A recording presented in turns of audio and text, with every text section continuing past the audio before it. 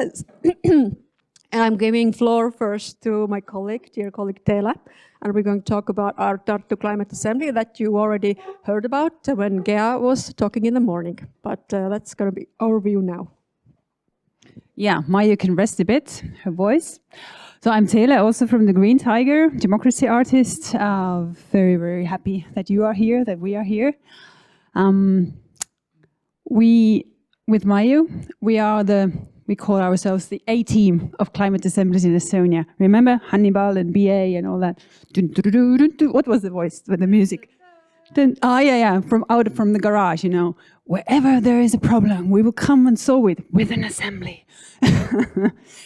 So we are kind of creating the wave, but of course we have a lot of collaborators also in this room, like Meri and Karl-Henrik.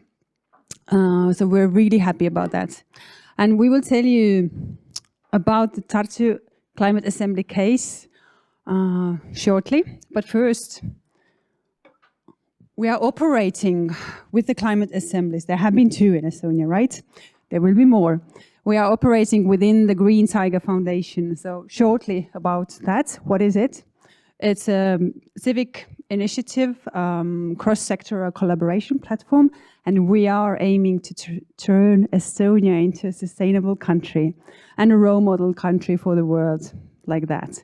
We have a lot to do, but we've already got kind of international feedback and feedback from Estonia also that this is quite unique. We work with businesses, we work with environmental and other civic organizations, we work with the public sector as such also.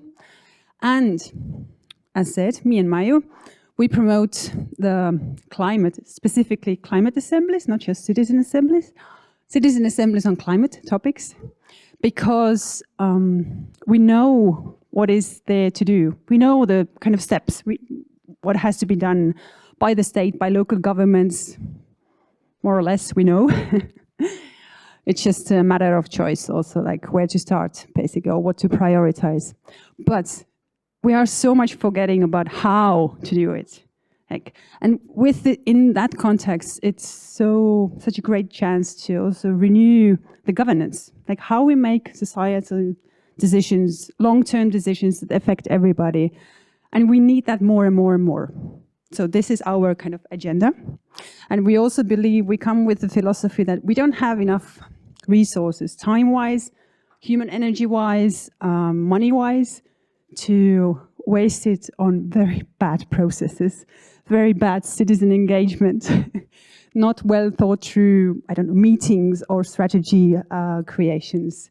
So that's why we promote climate assemblies. We are within the international network, or in the OECD, in the knowledge network on climate assemblies, and other circles. We get so much inspiration from there. And then we try our best in Estonia, but we are the toddlers still. We are the beginners here in that field, I mean practicing it.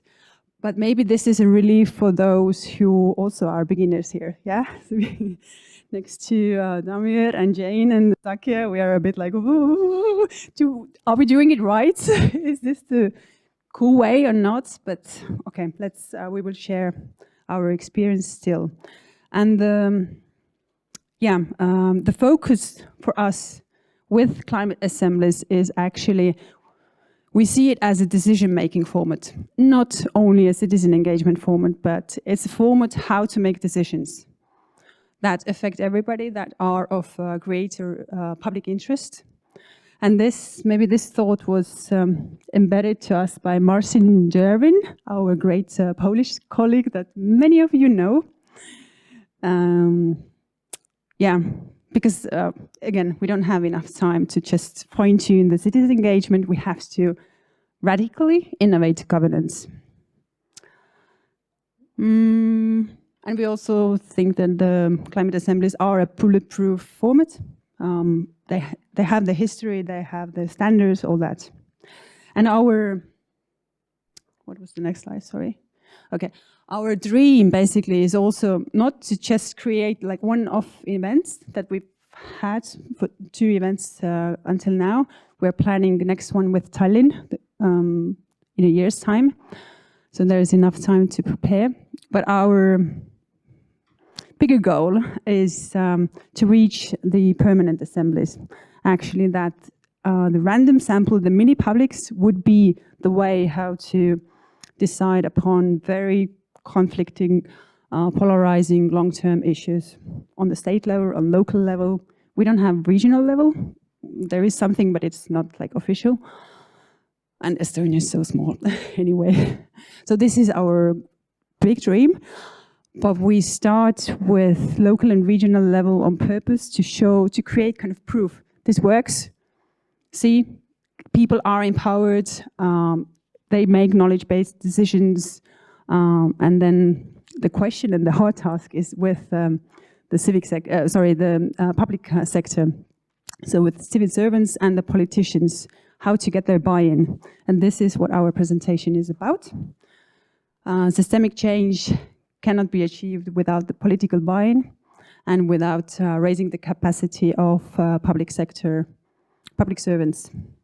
Because we are in a kind of transition mode to permanent assemblies, let's hope, but still we need to deal with the current system. So from that perspective, we will present you the Tartu case. And if you want, you can stand up, move around. Don't fall asleep. So we organized it this April and May together with Tartu city government, and we had 4 months of preparation time where we set 2 goals for that process. It was the first time for Tartu. You heard about that in the morning also, but we had like one external goal and internal goal. So the kind of public goal was the first one, to improve sustainable mobility in co-creation with the residents of Tartu. And we chose that topic together with the urban planning department, specifically like it's not too difficult, it's understandable to everybody. Let's have an easier topic in the beginning. That was the purpose also. The internal goal for the city government was, let's pilot this. Tartu is very well known, and I think in Estonia, the best kind of citizen engagement municipality. They do great stuff. This participatory budgeting, like how they created the master plan and how they're implementing it, how they kind of redesigned the bus schedules and routes and all that. So they're really setting an example for other municipalities in Estonia. So they were really open to like, yeah, you have some format or something new to us. Sure, like, let's test it. So they're really open to innovate, which is great. Yeah, and this is, if you can see, okay, let's skip it. So our main partner, kind of the commissioner, but also the co-organizer of the Climate Assembly, was the main architect on the picture, Denis, a really great guy, and he's Department of Strategic Urban Planning. And how we started, we basically mapped the ongoing processes, long-term processes of theirs. They are responsible for realizing the energy and climate plan. So they are actually leading this climate neutrality work in the city. They have the budget for that. They have the freedom to do. They have the staff. They have this climate advisor. So they have quite a lot of resources and power, so to say. So they were our main partner. But then again, they were in 3 roles, basically. As a commissioner, so we were the consultants. We actually have a governance structure for you as well. We were the consultants or designers and co-organizers, but they were also co-organizers, commissioners, and of course, as a city government representative, they are also responsible for the results, for the impact. But then we had this organizing team first, and also we created the steering group, just 3 people, 3 meetings, virtual meetings during that 2 months process. It was just 2 weekends, actually, where people met. And in that steering group, we engaged also the city council member, who was quite active, but we didn't reach the goal of getting him more involved. And we had Graham Smith, professor of political science, the godfather of climate assemblies, the chair of NOCA, and then Martin Norguiv, local democracy expert from Tartu.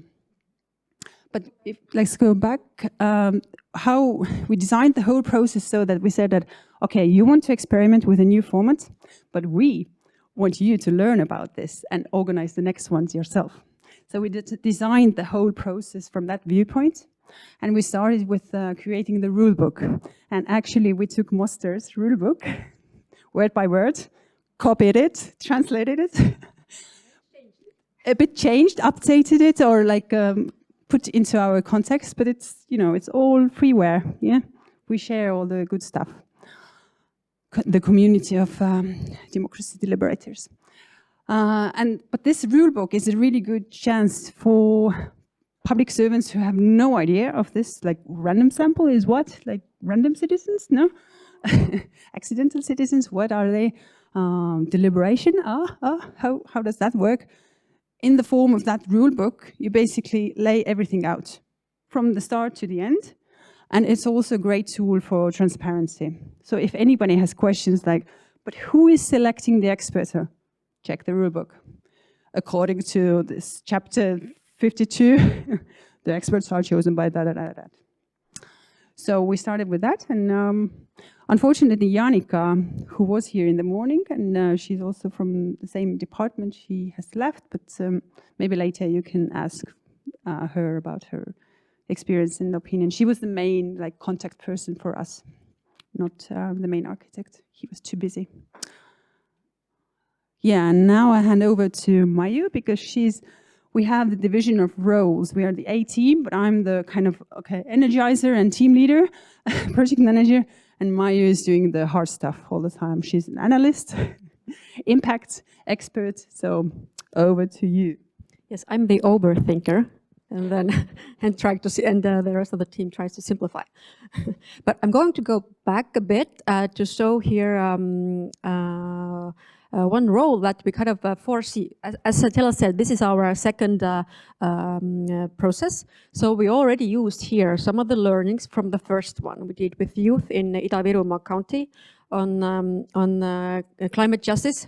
Yeah. So here's something that we kind of had a hunch, okay, maybe we need someone who has expertise in talking to the politicians, you know, the way that, in the same language, on the same level. So we draw in Milton New Nordics, Estonia, who are communications and public agency, yeah. So and they had so now we're kind of this is how our way to within each process to kind of build a team, you know, get coalitions, get the partners to kind of cover different roles, different expertise we need to get this really difficult machinery going. Just a step back, just to give you kind of the overall framework of when we're talking about, you know, we have different cases you're listening about. So this is how our case kind of looks like on a process scheme. I added so you see the preparation is not final. Actually, kind of reiterating and doing stuff when you're recruitment, deliberation, and the key the impact drivers. I added them also here. So that's something that we understood that's something important to acknowledge right in the beginning. So what creates the impact? What creates the results out of your process? So that's why our presentation is not talking about deliberation, but it's talking about how you have to kind of foresee the next steps. Yeah, and this is good that we're having so many cases. That's how you can, you know, foresee them. We're helping you to foresee the possible problems that you might face in steps, you know, towards the end. So public communication all the way through the process is very important to create systemic change and have impact, be it social impact or policy impact. And we are right now we are here somewhere. We're actually still doing the evaluation, and we are still kind of thinking, you know, how to think about the impact and the implications of the process. And we know from Tartu that the next kind of public information about and the feedback, what has been going on with the recommendations that citizens offered. The next public information will go out in January, because right now the municipality is working on the budget for next year, and that's where the kind of they have an exam, implementing the recommendations. They're really trying and working on it right now, like how to link now the recommendations of the assembly to the actual reality of putting up a budget, negotiating the budget on the political level, what gets in, what gets left out, and how to kind of argument. So that's what they're doing right now. They're working. We're not trying to really disturb them right now. So they're kind of building this experience, and we'll come back to it later this year and in the beginning of next year. So we're kind of still in the process of evaluating those outputs and impacts.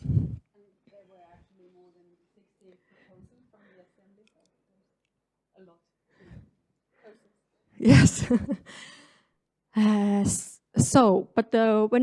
we start to go back to the logic of kind of this process, we begin with preparation, and I will focus to I will go through the different process. What's the phases? But focus on exactly the cooperation with public officials, with Tartu municipality, and differentiate between the officials who we were co-organizing this process together with, and the politicians, the political side, because they're kind of sometimes it feels they're living in different different worlds, even though it's they're cooperating it every day. So it was very important. It turned out, actually, that it surprised our partners in the Department of Urban Planning that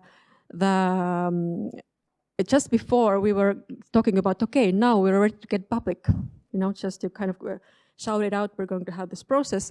All of a sudden, there was in the government of Tartu, the mayors and the deputy mayors from different political parties, they were starting, getting apprehensive. Okay, so are we sure? Do we know enough? What's gonna happen? How it's gonna end? How it's gonna implicate? How it's gonna, what can go wrong, etc., etc. How much it's gonna cost? So there was a kind of, a step back, and then we were like, okay, let's deal with that.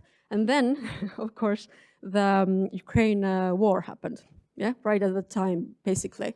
So we had several problems, and we were just thinking about, okay, we took a week to figure out, are we going to go on with this? But then everyone said that the climate change and every adaptation to climate change, the sustainable mobility, those are so important topics. Even the war in Ukraine is not going to, we still have those problems. We still need to solve them. So we have to go on with the other process as well. So it was a very big workload for our partners in the municipality. But then we made the workload bigger, because we thought that, okay, now the politicians are kind of apprehensive, so we need to go talk to them. So we started going to, we had a presentation, this special presentation and discussion for the city government. We visited coalition party representatives to tell them what's the plan, what's going to happen, why we are certain it's a good idea. Then we visited the city council committees, environmental, urban planning and development, economic affair, and just to be sure. Actually, there were not a lot of questions that came out of there, but just the mayors wanted to be sure that there will not be any political disturbances after we start. So that was really something we learned, and and when we did the whole process, our learning is that actually you need to do more of that. Just informing is not enough. So that's one of the takeaways for us, that you need to figure out like how to engage, not only present what the plans are, but to engage them into designing the plans also. People from the city council committees who are different political party representatives. We invited the politicians to observe a process, politicians from all the fractions. None came. Yeah, it was weekend. It's not a working time. So we failed on that big. But again, it's a message in itself. We need to work on that. Just a few words about the recruitment, because we just had a topic on we just had discussion on that.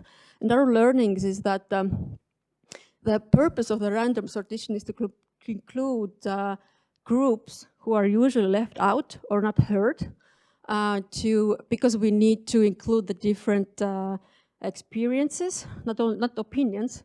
I actually when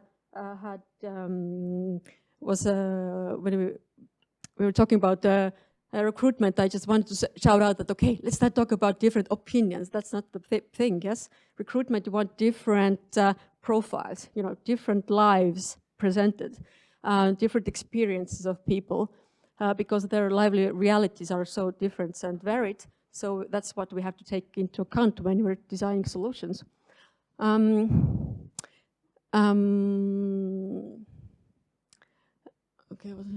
Okay, yeah, and just one more thing that we also did a lot of work on, I would call it onboarding, not just recruiting and inviting them to participate. We did a lot of work on onboarding, but of course we only had 1 week between getting the final list, together and starting the climate assembly. So it was very easy for us. It wasn't the 6 months. I'm like, oh my God, what did you, how could you do that? So the result for us was that there were actually no dropouts during the whole process. Yeah, the ones we called, the ones who came, there were a few dropouts before they actually, before the first get together, but the ones who came, they stayed till the end and voted. So that was something, to say that whatever we did with the deliberation and how we designed it, it actually worked, and it was something that was actually very needed. The people needed this kind of space for deliberative. They said in the feedback they were impressed by the positive, supportive, friendly vibe. I mean, again, that says something. We're not used to positive, supportive, friendly engagement. What's that about? And actually, the people in the feedback questionnaire told us that they felt and they understood that they had never been discussing those topics or just discussing with such a different group of people. They that's what they understand themselves, looking around in the climate assembly, that they saw, okay, this is diversity, and this is new, first time for me. So that was important. And for a learning, or what the takeaway for us was that you have to actually not communicate the recruitment and the sortition, because this is technical. Yeah, the main message is that on the value and importance of bringing together diversity of ideas, diversity of voices, and less focus, on the technical side. That's where we failed a bit, because when you started talking about the sortition and randomized sortition, the politicians wanted to talk about that, but they're missing the point. The point is that we get together a diverse group of people, and that's something that's innovative and new. All right, we need to speed up. So we had 45 participants, and we call it mini-Tartu. Tamir, you said, what was your version? Yeah, sitting in a room. We had mini-Tartu, and that in Estonian is the same, so that kind of was quite sexy for everybody.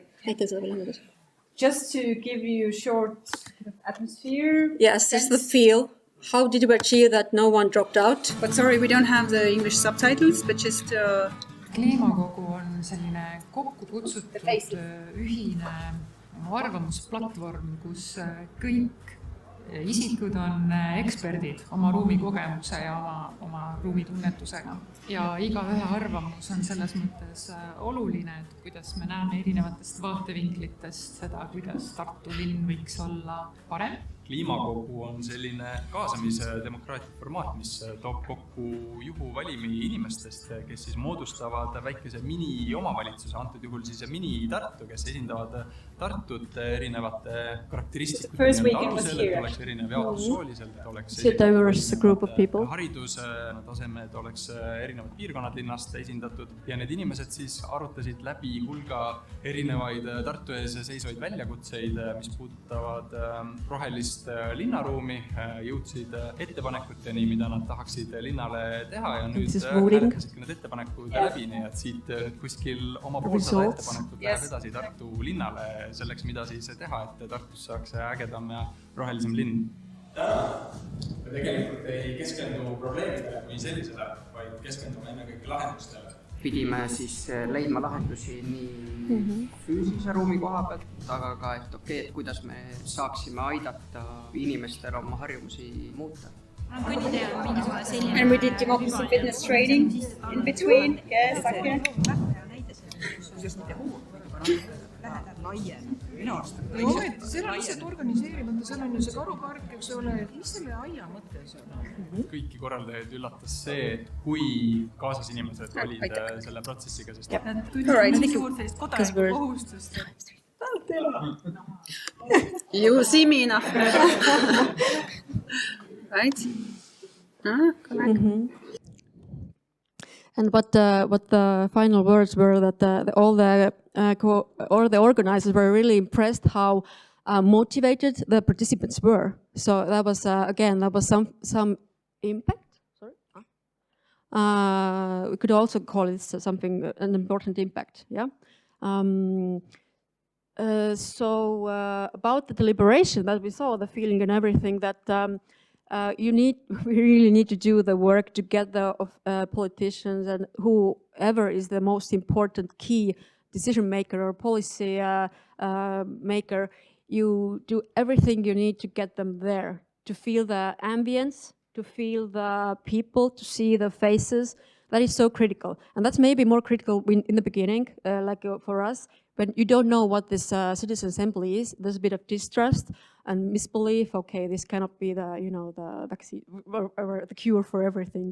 The trust issues that we have in a society. You just have to get them in the room and do work for that. That was something we're taking away for the next process.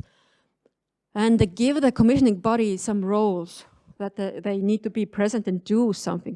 Some small roles to get them engaged. Not just speaks and not be seen as expert and everything, but just small, organizatory roles. So they're really involved and hands-on. And yes, and we what we didn't do is we didn't foresee that the proposals would be wider than the department that we're working with. So we didn't foresee that the implementation needed other departments as well. So that's something that you need to foresee, that you have to think forward how to engage all the departments that will probably need to be on the implementing side. So about, that's a phase that we're right now, evaluating everything, what have we done, evaluating as we go, still with the last steps. But again, for beginners maybe, something that it really inspired us, yeah? Thank you, Eve and Eva. And we had the source is OECD, evaluating guidelines for representative deliberative processes. So really, this kind of view helped us to think about what to ask when we have those questionnaires, before and after the process, and how to do interviews with co-organizers, participants, and everyone. So this is a really helpful material for us, so how to start. And here, when we did our process, we got this idea that, okay, we're not really good with the policy impact. We're not showing policy impact, but there's so much more. And then you guys published this brief on key drivers of impact. And it's a really important message, I think, and it also helps to get more public officials and politicians on board to show that the impact scope is wider. You can get more out of this process. That is also very valuable. You can policy impact, social impact, and systemic impact. So that's Okay, we don't know. Yes, one of the when we're talking about policy impacts, it was so funny that sometimes you don't need to talk about that all the complex systems. We're all people, and what the breakthrough was for us and for Tartu with this process was that I think we kind of rebuilt trust between residents and the municipality. They saw that both ways, actually. Officials were used to, the people are the ones who are, they're used to talking to residents who are angry, mad, not everything you do is wrong and faulty, and you're biased, etc. So the officials always get the angry crowd. They don't know that there are people who are actually reasonable and want to help out and everything. So they were surprised, and they kind of got this nudge to open up and actually trust the public more. I mean, I think that is breakthrough, and we don't think about that. That's a basic where we need to start to build that trust, and vice versa. We had this guy sitting on this is the final event when the municipality was giving feedback to the mayors there, talking about the results. And here the mayor was sitting at a table with a guy who said that it's so good to know that officials are not just stone faces. Like they're people like us, regular people, and really care. So that connection, how we see and how we feel, is something that is really has the biggest potential to build all the changes we need on that. And when we're talking about how to kind of start evaluating or understanding the impacts and implications of the process, we understood that we actually this was a part that we didn't design.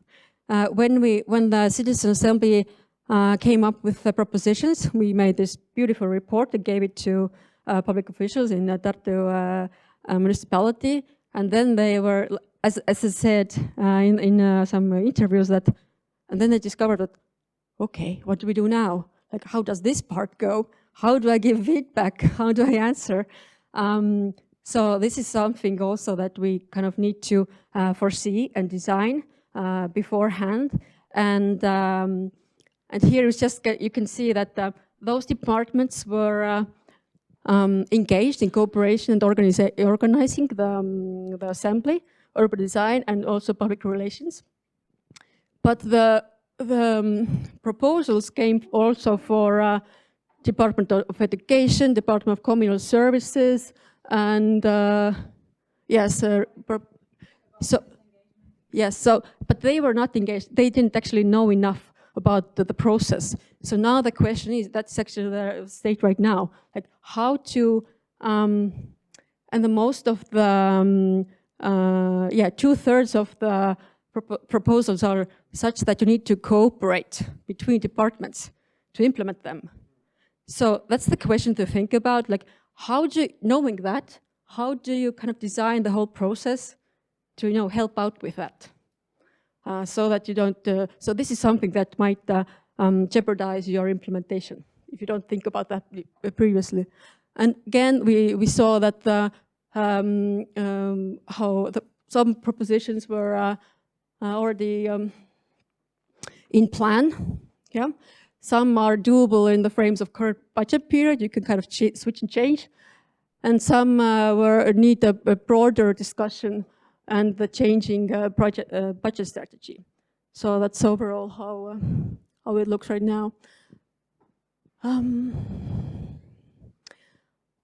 Okay, overall, we found out that with this one pilot of methodology, it raised so many questions or contradictions we have that opened up broader discussions about the roles of institutions in our representative democracy. Like, how is this representation actually working? That's what you talked about, the legitimacy and democracy by the people. What does that actually mean? And we need to continue those discussions to figure it out. And again, there's Estonia is having we're having a problem. We see with political culture. The institutional side is okay, legislative side, but the political culture is not actually it's not working the same way as proposed in the law and how we would think it would work. And again, we were talking about we need a discussion about we cannot have one-off engagement practices. We need really good work on follow-up and make this mini-publics as an everyday procedure in public policy making. And now the positive results are that the commissioning department is, as I said, working on how to connect the results into the process. And we saw that actually that the citizens are not kind of experts, but the most valuable thing they can offer is that they give you informed preferences, how to prioritize. The more we have crises, we have few resources. You have to make choices. So that's what the assembly could help you with if you listen. Yeah. We did really bad on the immediate impact on public awareness because the timing was out, the media interest, we couldn't switch it. So yeah, the key impact factor is communication strategy throughout the whole process, and that's something we need to kind of think about and more pilot. But our best positive impact was regarding the participants. So that's also important for systemic impact. And systemic impact, we're talking about the change in the democratic system. And of course, we put up, human democracy by the people, for the people. So the by the people part had really positive results. The deliberation actually really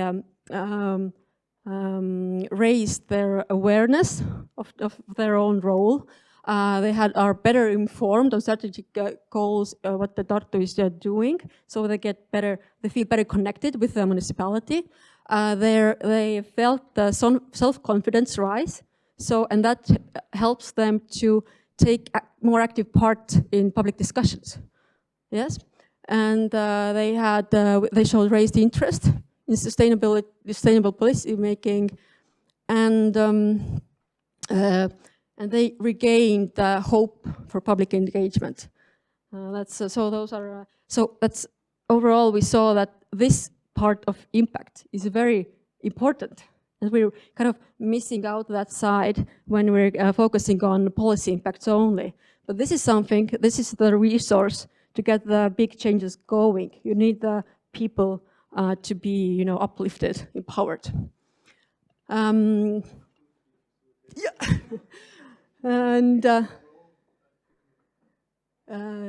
yes. Oh, okay, I will finally here. I can talk about that. Cherish the collaboration relationship. Don't forget to celebrate your success or lessons learned. This is what we did a boat trip with the main architect and then his team and our team and the Milton agency people. It was so fun. And yeah, this creates the next processes, I hope. This emphasizes what we talked about, that we're still all people. You just kind of have to get the connection first, and then you can do all the systemic changes afterwards. Yeah, so that's our experience.